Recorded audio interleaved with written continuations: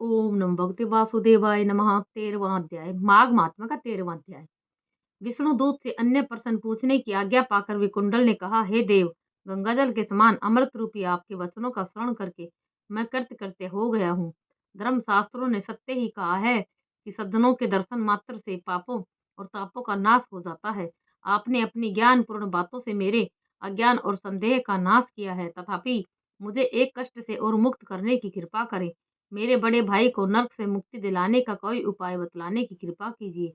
विकुंडल द्वारा ऐसा आग्रह करने पर विकुंडल का भाई के प्रति अनुराग देखकर विष्णुदूत बहुत अधिक प्रभावित हुआ। विकुंडल से दूत ने कहा, हे मित्र, यदि तुम अपने 8वें जन्म के पुण्य अपने भाई को दान कर दो तो तुम्हारा बड़ा भाई स्वर्ग प्राप्त कर सकता है। विष्णुदूत के ये वचन सुनकर विकुंडल ने कहा, मैं अपने भ्राता को नरक से मुक्त कराने के लिए अपने 8वें जन्म के पुण्य दान करने को तैयार हूँ, किंतु मुझे अपने 8वें जन्म की कोई समृद्धि नहीं है। कृपया मुझे मेरे 8वें जन्म के बारे में विस्तार पूर्वक बतलाइए। भगवान विष्णु के दूत ने कहा, अत्यंत प्राचीन काल में मधुवन में महर्षि शाकली निवास करते थे। वे तपस्वी, ज्ञानी और वेदों के अध्ययन में रत रहने वाले तेजस्वी महर्षि थे। उनकी पत्नी रेवती भी सती साधी धार्मिक स्त्री थी। रेवती ने 9 पुत्रों को जन्म दिया, ध्रुव, शशि, बुध, तार, निर्मोह, जीतमाय, ध्यानकाम, गुणाती तथा ज्योतिष्मान। महर्षि के प्रथम 4 पुत्र ध्रुव, शशि, बुध, तार तथा अंतिम पुत्र ज्योतिष्मान, ये पांचों ही अग्निहोमी थे। ये पांचों ही पूर्ण धार्मिक रूप से गृहस्थ धर्म में जीवन व्यतीत करते थे। महर्षि शाकली के शेष 4 पुत्र निर्मोह, जीतमाय, ध्यानकाम तथा गुणाती गृहस्थ धर्म से विरक्त पूर्ण सन्यासी थे। किसी कार्य को करने में इनकी कोई रुचि नहीं थी। ये सभी एक ही ग्राम में निवास करते थे, परंतु ये संग तथा परिग्रह से रहित थे। इन्होंने शिखा और यज्ञोपवीत का भी परित्याग कर दिया था।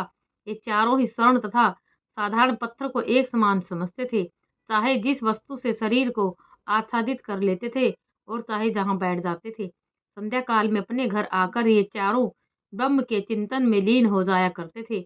इन्होंने निद्रा तथा क्षुधा को भी अपने अधीन कर लिया था।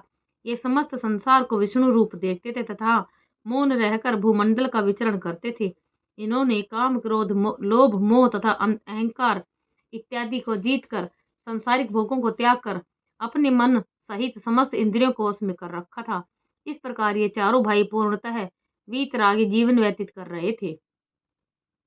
उस समय तुम मत्स्य देश में निवास करते थे। एक दिन मध्याह्न काल में क्षुधा तथा तृष्णा से पीड़ित ये चारों योगी जन तुम्हारे यहाँ आए। अपने घर के आंगन में इन योगियों को देखकर तुमने अत्यंत गदगद होकर इनका स्वागत किया।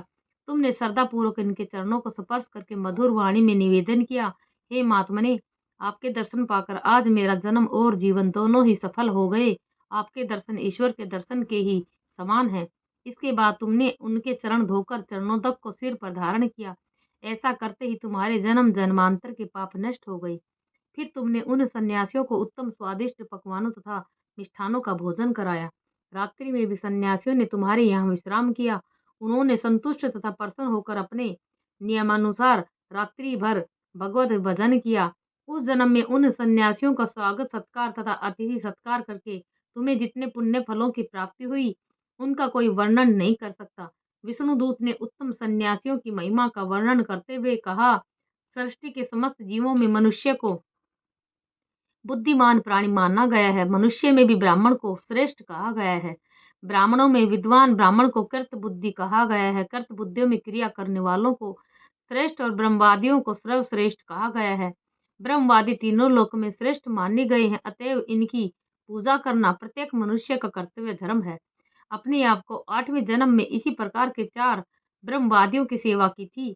विष्णुदूत की ये बातें सुनकर विकुंडल ने उसी समय अपने 8वें जन्म के संचित पुण्यों को अपने बड़े भाई को दान कर दिया। इससे उसके ज्येष्ठ भ्राता को तत्काल नरक से मुक्ति प्राप्त हो गई और कुंडल भी विकुंडल के निकट आ गया। उन दोनों भाइयों पर देवताओं ने पुष्प वृष्टि की तथा विष्णुदूत उन्हें स्वर्ग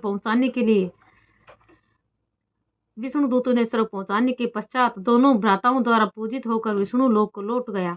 हे राजन, जो श्रोता भक्ति पूर्वक इस कथा का पाठन अथवा श्रवण करता है वह भी निष्पाप होकर सहस्त्र गोदान के पुण्य फल को प्राप्त करता है। इति श्री पद्म पुराणे माघ महात्म्ये 13वां अध्याय समाप्त है। ओम नमो भगवते वासुदेवाय नमः।